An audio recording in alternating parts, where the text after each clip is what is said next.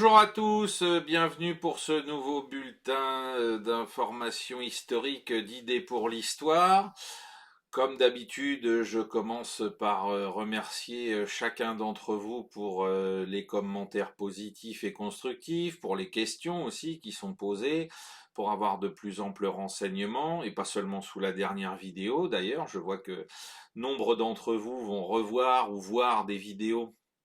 qui ont été publiés, y compris l'année dernière au début de cette aventure. Donc je vous remercie. Je vous remercie bien sûr pour le partage de cette vidéo, enfin de ces vidéos du coup, pour les pouces en l'air, et puis bien évidemment pour ceux qui font un geste financier pour soutenir le développement de cette chaîne, afin que notamment nous puissions tourner assez régulièrement. Alors pour le moment on va probablement être sur un rythme trimestriel, des documentaires comme celui que nous avons fait sur la bataille de la Marne de 1914, qui est en ligne depuis maintenant un peu plus d'un mois, et en ayant des moyens supplémentaires, hein, puisque l'objectif pour le prochain, qui sera consacré à la bataille de Cambrai de 1917, à l'offensive britannique, on espère donc, grâce à vos dons, pouvoir faire appel à un drone pour avoir des vues aériennes, et en plus, puisqu'on tournera avec beaucoup moins de problèmes en termes de planning sur la météo, on tournera automatiquement un jour où il fait beau, au mois de mai vraisemblablement, ou tout début juin, on pourra avoir ma personne sur le champ de bataille, comme j'aurais voulu le faire sur la bataille de la Marne, et donc on aura quelque chose où ce sera plus dynamique et où vous me retrouverez sur les lieux mêmes des combats pour vous donner des explications en plus de mon commentaire sur des cartes, des films ou des photos, comme c'était le cas pour ce premier documentaire. Voilà. Alors,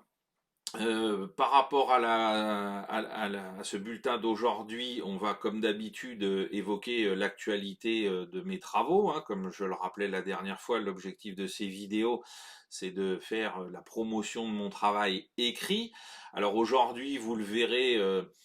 dans le générique, on a pas mal de petites nouveautés. On va avoir un nouveau numéro de Bataillé blindé qui va être en kiosque à la fin de la semaine prochaine autour de Pâques. On va avoir un peu plus tard, 15 jours plus tard, le numéro de Ligne de front. Je vous parle de Bataillé blindé parce que j'ai commis un article dont on va reparler tout de suite aujourd'hui, qui traite de Rommel. Et puis, comme vous avez peut-être pu le voir sur les réseaux sociaux, on a, pareil, alors là c'est plutôt la fin avril, mon livre sur les secrets de la guerre de sécession que j'ai déjà évoqué ici. Il y a une nouvelle couverture qui est probablement à 99,9% la couverture définitive, qui est passé sur les réseaux, hein, je l'ai publié cette semaine, et donc vous pouvez toujours le précommander, hein, je vous invite à le faire pour économiser de l'argent, hein, puisqu'il y a 2 euros d'écart entre la précommande et le prix une fois qu'il sera sorti. Et on abordera, comme je l'ai déjà annoncé, le contenu de ce livre au cours d'une émission qui, je pense, durera à peu près 1 heure au moment de sa sortie, donc soit tout juste à la fin avril, soit tout début mai, en fonction à la fois de mon calendrier personnel et puis de la date de sortie exacte. On fera 1 heure d'émission pour présenter cet ouvrage et surtout son contenu, puisque ça permettra de rebondir par rapport à vos demandes sur justement qu'est-ce que la guerre de sécession a apporté de nouveau, aussi bien sur le plan technique que tactique. Bon, tactique, on en a déjà un petit peu parlé avec le proto-opératif pendant la campagne de Virginie de Grant, mais on reviendra sur tous ces aspects-là, le télégraphe, les ballons d'observation. Enfin, vous verrez, c'est le contenu de mon bouquin qu'on abordera de manière résumée, synthétisée, pour vous donner bien sûr envie de le lire et de l'acquérir. Et donc, n'hésitez pas à le précommander dès maintenant, vous ferez quelques économies. Et de ces économies, si vous voulez faire un don à la chaîne, ce sera parfait. Comme ça, on y trouvera tous notre compte. Voilà, alors aujourd'hui, on va parler d'un sujet qui est très important, c'est le Feld-maréchal Rommel, qui est un personnage extrêmement important dans l'historiographie de la Seconde Guerre mondiale et de l'après Seconde Guerre mondiale. Donc vous verrez, alors j'en parle aujourd'hui parce que c'est vraiment quelque chose qui me tient à cœur, et puis parce que ça fait plusieurs fois que par rapport aux vidéos que j'ai pu mettre en ligne sur la Seconde Guerre mondiale, on vient essayer de pondérer tel ou tel aspect des unités de la Waffen-SS ou ce genre de choses, d'essayer de faire des points d'analogie entre telle ou telle autre persécution ou ceci ou cela, qu'on essaye encore de venir nous sortir cette chanson selon laquelle il y aurait des spécificités, mais qui ne seraient pas seulement celles de la Wehrmacht ou ce genre de choses par rapport à la Seconde Guerre mondiale. Et donc, avant même que l'article et le numéro de Bataille et blindé soient en kiosque, je voulais aborder ça avec vous parce que ça me semblait extrêmement important. Et que la personnalité de Rommel et son parcours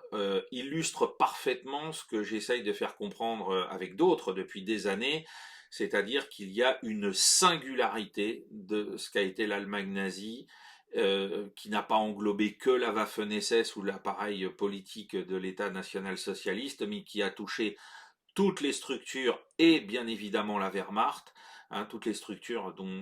qui dépendaient du Troisième Reich, et que la Wehrmacht en a fait bien sûr partie intégrante, et qu'elle a été modelée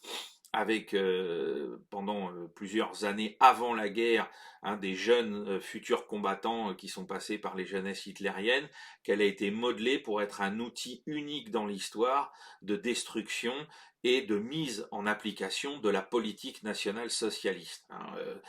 Je rappelle, depuis tout temps, dans toute guerre, on a des massacres, on a des exactions, on a des crimes de guerre, ce qu'on qualifie aujourd'hui de crimes de guerre. L'Allemagne nazie a cette singularité, pas cette particularité, cette singularité d'avoir créé un appareil global dans lequel une doctrine globale visait à exterminer certaines parties des populations des pays ou des territoires qu'elle voulait conquérir. Hein, voilà. Et que cette politique globale a bien évidemment commencé par s'exercer en Allemagne même avant de s'exercer dans les autres pays. Alors, pourquoi Rommel est-il emblématique de tout ça? Parce que Rommel fait partie des gens, des personnages qui ont été vendus dans l'historiographie de l'immédiate après-guerre et jusqu'au milieu des années 70 comme étant le représentant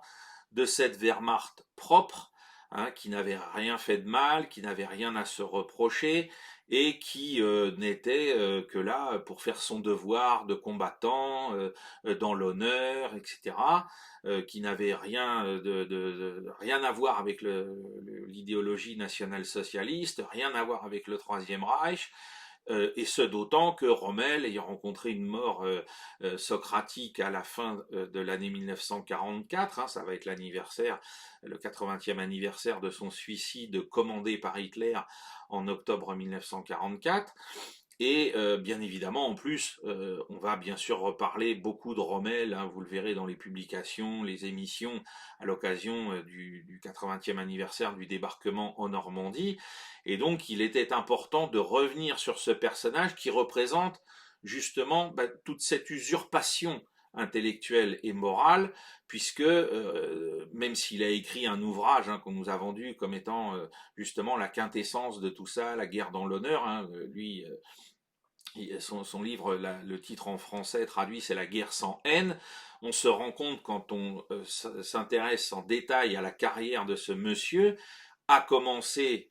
par sa façon dont il a gravi les échelons hiérarchiques à partir de la prise du pouvoir par Adolf Hitler, que même s'il n'avait pas sa carte au parti nazi, il était ce qu'on appelle un nazi sans carte, et qu'il a été tout à fait l'instrument du régime, contrairement à ce qu'on a voulu nous laisser entendre. Alors ce qu'il faut comprendre aussi, c'est que en termes militaires, on a essayé de nous dire que Rommel, c'était le renard du désert, qu'il était extraordinaire, qu'il avait des talents exceptionnels, et là encore, alors il y a le côté usurpateur sur le plan moral, et puis il y a aussi le côté usurpateur sur le plan militaire. Hein, c'est-à-dire que Rommel, qui a été formé, c'est un officier de carrière, hein, il a embrassé la carrière militaire avant le début de la Première Guerre mondiale, il a été couvert de gloire en tant que tacticien en tant qu'officier subalterne pendant la Première Guerre mondiale. Son plus grand fait d'armes s'est déroulé à Caporetto en 1917, on en parlait dans la précédente émission, par rapport aux offensives allemandes dirigées par Ludendorff. Et donc Rommel, à ce moment-là, il a reçu la plus haute décoration de l'Empire allemand hérité de Frédéric II, hein, la médaille pour le mérite, la Blue Max, comme la surnommaient les Allemands. Et déjà là, on se rend compte des limites du personnage, c'est-à-dire qu'effectivement, à l'époque, il est capitaine, il est au sommet de la gloire, mais à la fin de cette période et à la fin de cet épisode tout à fait exceptionnel sur le plan tactique, il va être transféré pour quasiment toute la durée de l'année 1918 au sein d'un état-major pour apprendre le métier suivant, c'est-à-dire qu'à partir du moment où dans l'armée allemande, dans l'armée impériale, vous avez atteint un certain niveau sur le terrain, l'idée c'est de vous faire gravir les échelons et les responsabilités, et donc on vous retire d'un commandement opérationnel au front pour vous proposer de travailler en état-major pour gravir plus facilement les échelons et utiliser ce que vous avez appris et acquis sur le terrain pour en faire bénéficier le travail d'état-major dans ses réflexions et dans sa planification. Et là, on est tout de suite surpris, c'est que Rommel, dès le départ, va manifester son ennui à l'égard de cette promotion et de cette affectation. Ennui qu'il va écrire noir sur blanc, hein. Il déteste faire partie d'un état-major. Lui, ce qu'il veut, c'est le bruit des balles qui sifflent à ses oreilles, le cri des mourants, le chaos du champ de bataille, le courage, l'adrénaline, mais certainement pas la réflexion intellectuelle qui doit prévaloir, au bout du compte, dans un travail d'officier d'état-major. Hein, dès 1918, il fait part de sa plus grande désillusion et de sa plus grande volonté de retourner le plus vite possible dans un commandement sur le terrain. Donc on voit que, contrairement déjà à ce qu'on pourrait croire et ce qu'on pourrait attendre d'un officier qui, à la fin de la Seconde Guerre mondiale, a le rang de Feldmarschall, donc de maréchal, on aurait affaire, dans la tradition prussienne, un officier qui a des talents intellectuels et des talents sur le terrain. Or, c'est absolument pas ça. Rommel se distingue par une aversion pour le travail intellectuel d'état-major. Hein. Il en parle dans des termes qui sont absolument clairs et sans équivoque. Pour lui, tout ça n'a aucun intérêt. Et donc, après la guerre, il a la chance d'être maintenu dans les forces donc limitées par le traité de Versailles de la Reichswehr, et il va poursuivre. Alors on voit aussi à ce moment-là qu'il est extrêmement ambitieux. Il va poursuivre malgré donc les difficultés de la Reichswehr à maintenir un niveau équivalent à celui de l'armée impériale allemande d'avant la Première Guerre mondiale. Il va continuer de gravir les échelons. Il est très connu à cause de ce qu'il a fait, enfin grâce à ce qu'il a fait à Caporetto. Dès qu'il voit que son avancement est plus ou moins bloqué, il n'oublie pas de se rappeler aux bons souvenirs de ses supérieurs pour leur dire mais comment ça, pourquoi je n'obtiens pas mon grade à l'avancement comme les autres, ou voire plus vite, parce qu'étant donné mon parcours, je mérite d'accéder au grade supérieur plus rapidement que les autres. On lui donne l'opportunité donc de mettre son savoir au service de la formation d'autres officiers, hein, alors qui eux sont très contents parce que ils ont une figure héroïque devant eux qui leur parle de tous les combats qu'il a menés, de la façon dont il a réussi à obtenir tel ou tel succès pendant la Grande Guerre, hein, et donc on lui voue une espèce de culte à l'intérieur de l'école dans laquelle il enseigne, hein, qui est ni plus ni moins que l'école d'infanterie de l'armée de la République de Weimar. Mais on sent que vraiment il y a l'ambition qui pointe derrière, et qu'à tout moment, si on lui donne l'opportunité de gravir encore plus rapidement les échelons, il va la saisir. Et cette opportunité, elle a un nom, elle a un visage, c'est Adolf Hitler. C'est-à-dire qu'à partir de 1934, il va y avoir une première rencontre entre les deux hommes qui est tout à fait fortuite au départ, puisque c'est à l'occasion d'une visite d'Hitler dans la ville où Rommel est en garnison, et Rommel va faire des pieds et des mains auprès de ses supérieurs, les menaçant même de démissionner pour commander la compagnie d'honneur qui doit accueillir Hitler dans la ville. Et c'est à cette occasion-là que les deux hommes vont se rencontrer pour la première fois, et que l'intérêt mutuel va se mettre en place, au point qu'à partir de 1937, quand Rommel publie son livre L'infanterie attaque, qui est une espèce de pendant de Achtung Panzer de Guderian, dans lequel il explique toutes les techniques, toutes les tactiques des Stoßtruppen, hein, puisque Rommel était à la tête d'une unité qui avait donc le format d'une Stoßtruppen, pas Sturmtruppen, hein, Stoßtruppen, troupe de choc prise au sein de son régiment et formée, ou de sa division, formée pour servir de troupe d'assaut de manière ad hoc en fonction des missions qui étaient données à la division en question. Et donc, ce livre fait grand bruit. Hitler, bien évidemment, s'intéresse à cette publication comme il s'est intéressé à Achtung Panzer. Et on voit, à travers cet ouvrage, tous les talents de tacticien de Rommel, mais qui se limitent à ceux qu'on attend, on va dire, au mieux d'un colonel, mais pas plus. C'est-à-dire que si on veut demain devenir général de division ou ce genre de choses, ce qui est exprimé à travers cet ouvrage reste globalement assez limité à de la tactique pure. Il n'y a pas de vision plus haute, il n'y a pas de perspective plus importante. C'est la première chose qu'il faut souligner. Et ensuite, ce qu'il faut souligner, c'est que en fonction de ce niveau d'expertise qui est le sien et qui est exprimé à travers son ouvrage, on doit comprendre que son passage de l'infanterie, puisqu'il est dans l'infanterie jusqu'au début de l'année 1939, son passage dans l'infanterie à la fin de l'année 1939, après la campagne de Pologne, dans les panzers, n'est lié qu'à sa proximité avec Hitler. Parce que quand il fait une demande de prendre le commandement d'une division de panzer, les personnels qui gèrent, enfin le bureau du personnel, pardon, qui gère les effectifs de la Wehrmacht rejette sa demande parce que pour eux, il n'a aucune compétence particulière. Hein, il n'est pas issu de la cavalerie ou des unités mécanisées qui avaient été entretenues en marge du traité de Versailles pendant les années de la République de Weimar. Et donc c'est un pur fantassin pour les gens qui gèrent les effectifs de la Wehrmacht. Il n'y a aucune raison de lui confier un commandement d'une unité panzer. Pour eux, il est bien dans l'infanterie, il doit y rester et c'est tout. Mais vu qu'il fait partie de la garde personnelle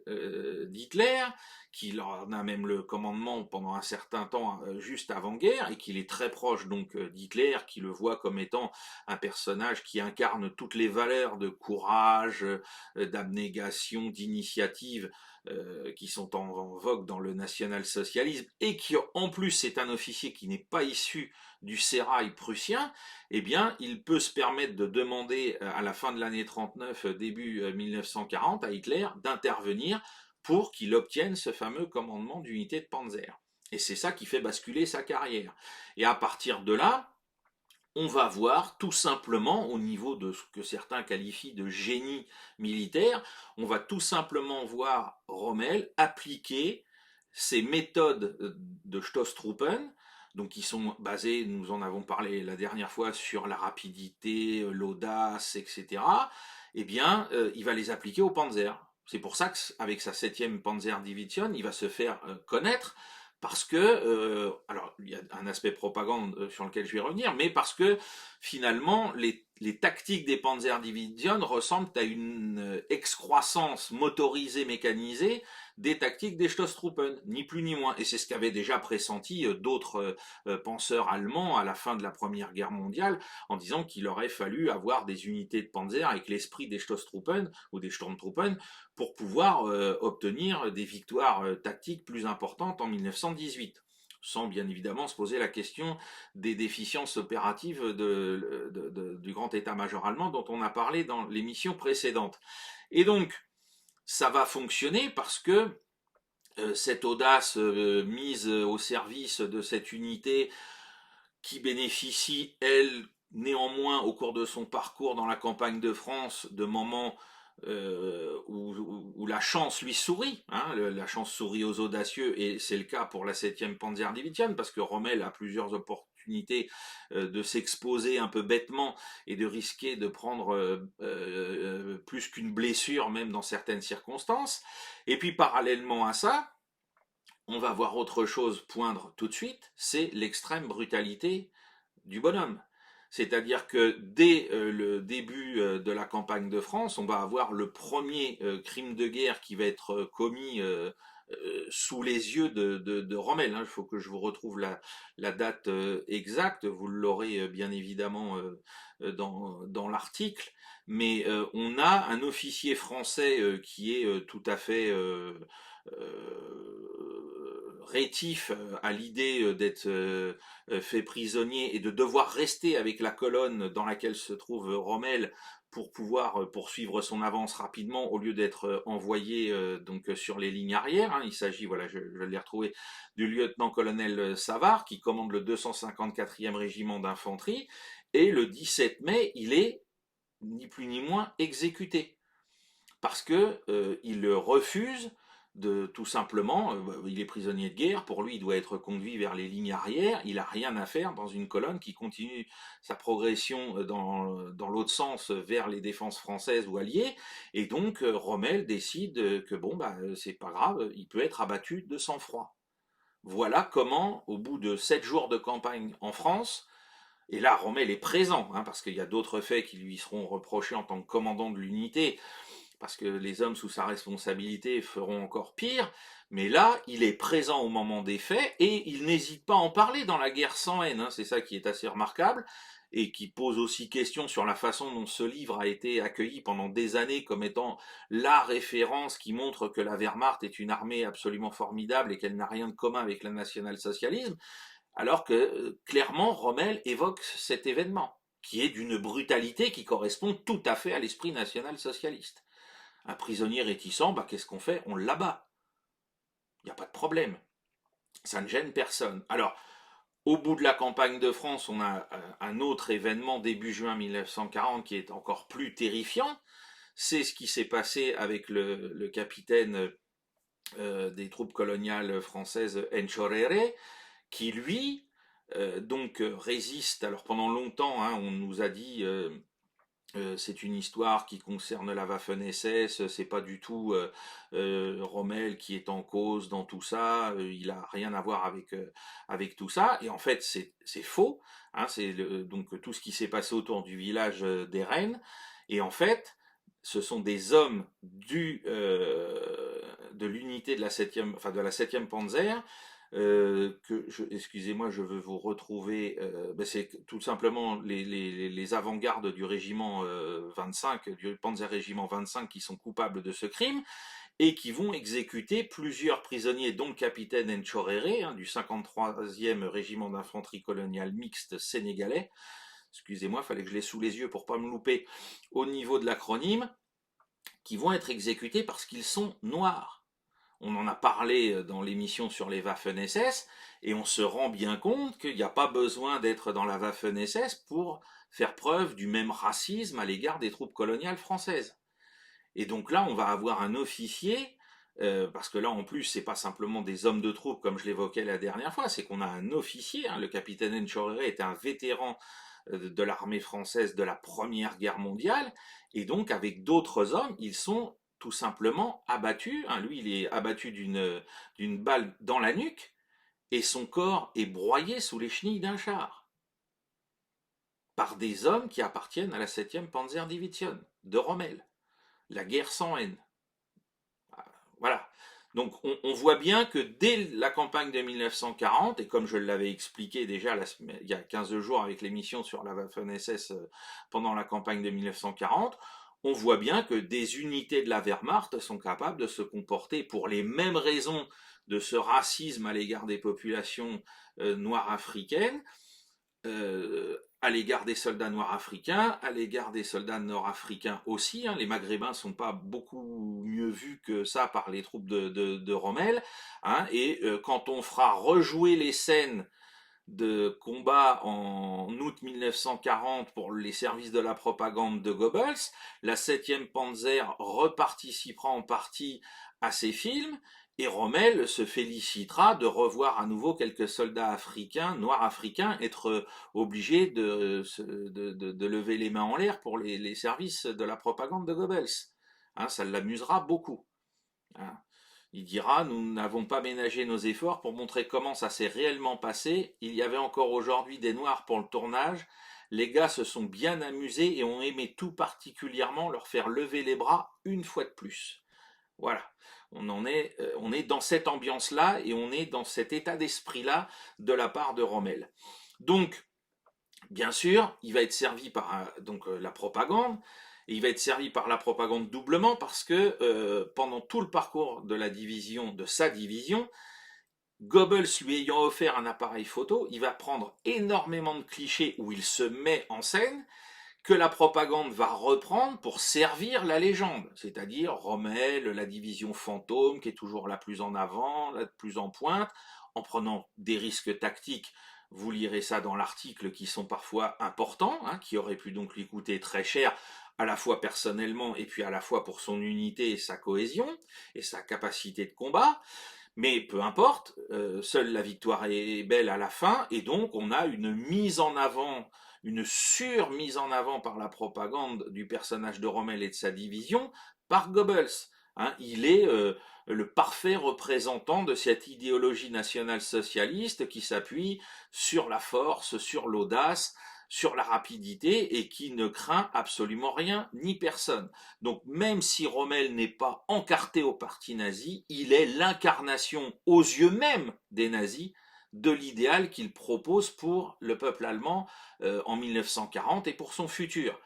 Donc voilà encore un moyen de pondérer ce que représente réellement Rommel par rapport à la façon dont on nous l'a vendu comme étant un officier exemplaire, comme étant, oui, exemplaire pour le régime nazi. Il est exemplaire pour le régime nazi et du régime nazi. Voilà. Alors ensuite, on a la partie la plus importante de sa carrière pendant la Seconde Guerre mondiale, qui est l'Afrique du Nord, où là, effectivement, il va entrer dans la légende avec le surnom de renard du désert, mais là encore, quand on gratte et quand on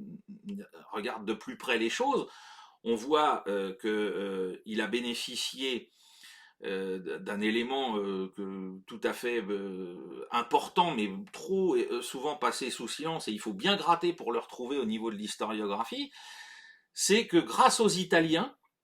hein, que Rommel ne supporte pas et pour lesquels il a le plus grand mépris depuis Caporetto, grâce aux Italiens, et ça il n'en parle pas dans ses mémoires pour dire ce qu'il leur doit, grâce au service militaire, service de renseignement, pardon, pas service secret, service de renseignement militaire italien, le SIM, il a des informations de première main par le biais d'interceptions radio. Hein, les Italiens ont réussi à faire pénétrer un de leurs agents dans l'ambassade des États-Unis à Rome, à récupérer des codes de communication américains qui leur permettent de casser les messages cryptés qui sont envoyés par l'attaché militaire américain au Caire et à Alexandrie plutôt, qui est auprès de l'armée britannique, de la 8e armée britannique, et qui ne cesse de communiquer des messages vers son gouvernement pour les informer, puisque les États-Unis, au début de tout ça, au début des campagnes d'Afrique du Nord en 41, ne sont pas encore en guerre. Lui, il est à côté donc du commandement de la 8e armée, et il envoie constamment des rapports sur l'état de la 8e armée et ses intentions stratégiques à son gouvernement, sauf que grâce à cet agent italien infiltré à l'ambassade américaine à Rome, les communications cryptées sont d'une part captées par une unité d'interception radio qui est avec l'Africa Corps, une unité allemande, mais qui a les codes pour décrypter les informations qui sont envoyées à Washington par cet officier américain. Et donc pendant toute l'année 41 et jusqu'au mois de juin 1942, Rommel est informé peut ainsi être informé de plein d'éléments, mais stratégiquement importants, sur le nombre de chars dont disposent les Britanniques, l'état de leur approvisionnement en essence, en munitions, la façon dont ils vont redéployer telle ou telle unité. Alors ça ne veut pas dire qu'il a sans arrêt des informations exhaustives à 100% sur la 8e armée, mais il arrive parfois que grâce à ces interceptions, il ait une idée jusqu'à 80% correcte du dispositif que lui opposent les Britanniques. Alors, pour ensuite prendre l'ascendant sur eux, c'est beaucoup plus facile quand on a de telles ressources de renseignement. Et donc, ça minore le côté génial du bonhomme qui est capable d'anticiper par une espèce de flair la façon dont les autres vont se comporter. Et le flair, il a un nom, c'est le SIM, hein, le service de renseignement militaire italien, qui lui a fourni par le biais de l'action très audacieuse d'un de ses membres les moyens de savoir ce que vont faire les Britanniques. C'est certainement pas le génie intrinsèque de Erwin Rommel qui fait la différence.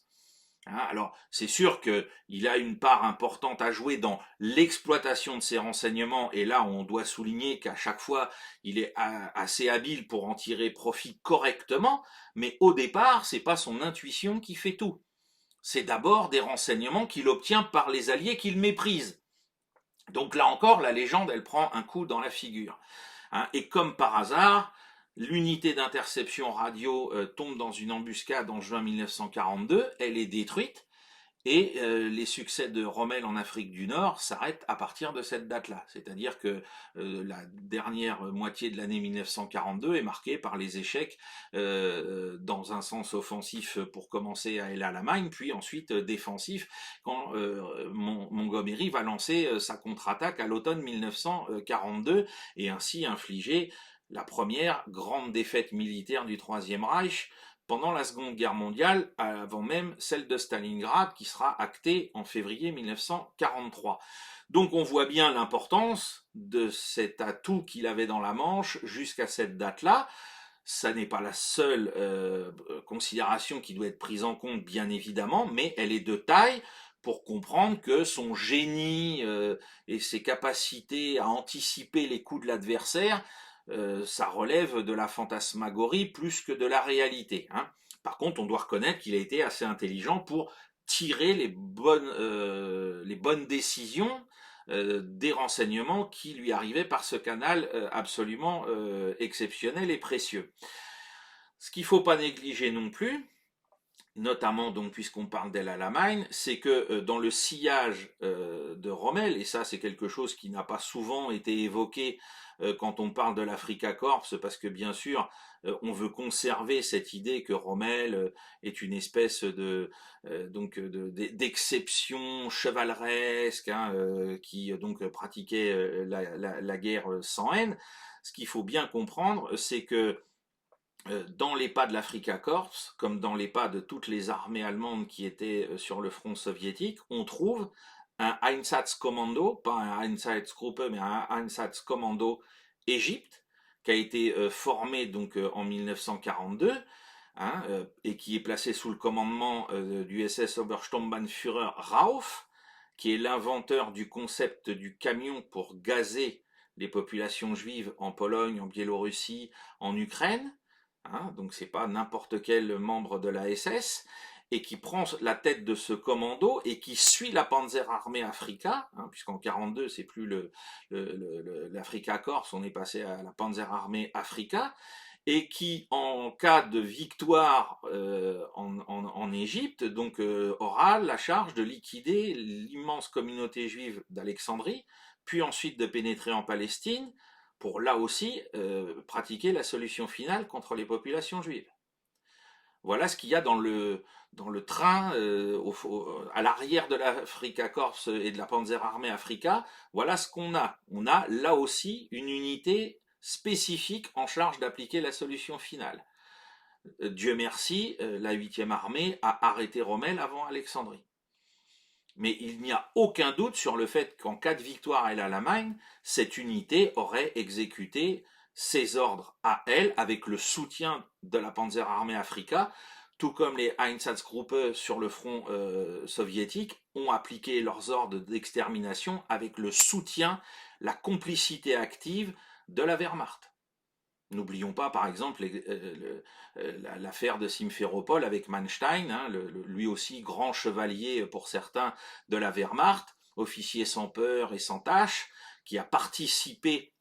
et fait participer activement les unités de la Wehrmacht sous son commandement pour exterminer la communauté juive de Simferopol. Et qui ensuite a récompensé ses meilleurs officiers après, avec les montres prélevées, les montres de prix prélevées sur les cadavres de ceux qui avaient été assassinés. Donc il n'y a aucun doute que Rommel, en bon officier fidèle à Hitler, aurait laissé tout ça se faire sans aucun problème. Voilà.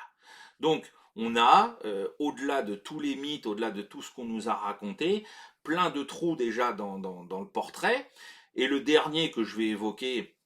de manière très succincte, et qui a pourtant été mis devant la scène médiatique il y a déjà presque 50 ans, en 1976. Et quand on étudie Rommel, on est très surpris de voir que cette bombe qui est tombée en 1976 sur l'histoire de Rommel a finalement fait du bruit à l'époque, mais qu'aujourd'hui son effet est quasiment nul. C'est qu'en 1976, on a un journaliste allemand qui s'appelle Ekman, qui a sorti un livre qui s'appelle La guerre de Rommel en Afrique, renard du désert contre rat du désert. Et en fait, ce livre est une compilation d'interviews que ce journaliste a menées auprès de tous les survivants de l'état-major de l'Afrika Korps ou de la Panzerarmee Afrika. Et donc ce sont des officiers de renom qui ont été interviewés. Hein. On a Fritz Bayerlein, Cruel, Olbrich, Streich, Westphal, enfin bref, que des proches et des officiers avec des responsabilités importantes au sein de cet état-major, qui lâchent une véritable bombe sur la personnalité de Rommel, qui nous décrivent que c'est un homme d'une brutalité sans nom, qu'il n'a aucune espèce de réticence à faire tuer ces hommes, enfin, il n'est pas économe du sang des hommes et ça ne l'intéresse pas de se poser ces questions-là tant que c'est pour le bien de sa mission, et qui en plus viennent nous expliquer qu'au niveau de ses capacités justement de génie tactique, etc., eh bien on a affaire à quelqu'un qui effectivement a des coups d'œil tactiques, mais c'est tout. Parce qu'il note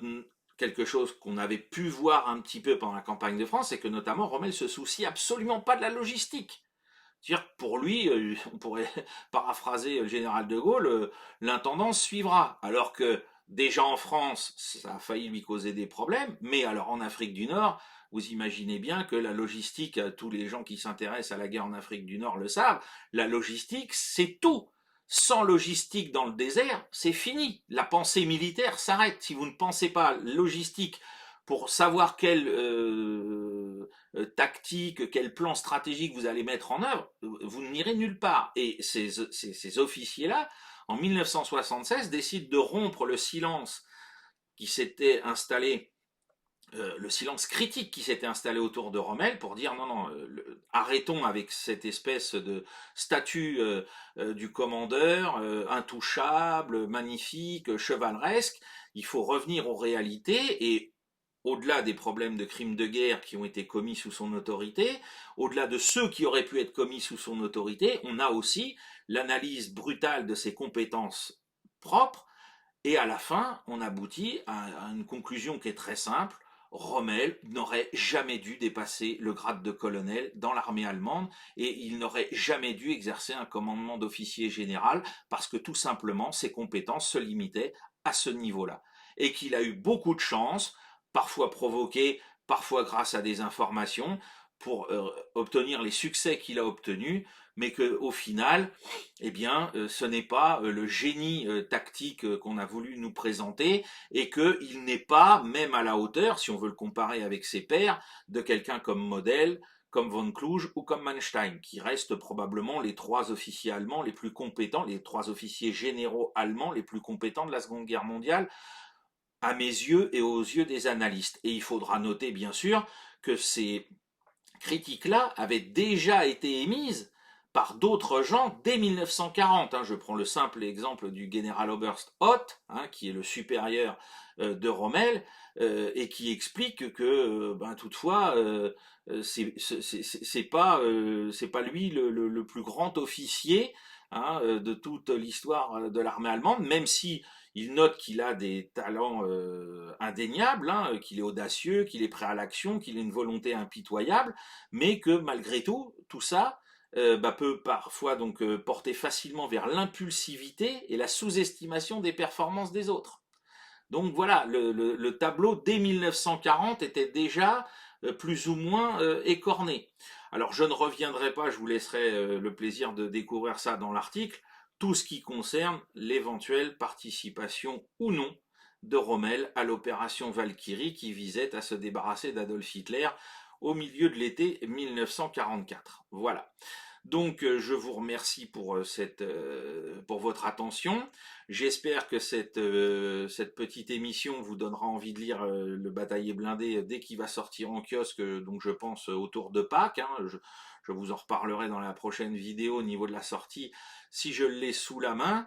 Et j'espère aussi que ça vous fera réfléchir par rapport à cette histoire de la Wehrmacht et de ces officiers qu'on vous présente depuis des années comme étant finalement que les serviteurs involontaires d'un régime unique dans l'histoire de l'humanité. Voilà, je vous souhaite un très bon week-end et je vous dis à la semaine prochaine. Au revoir.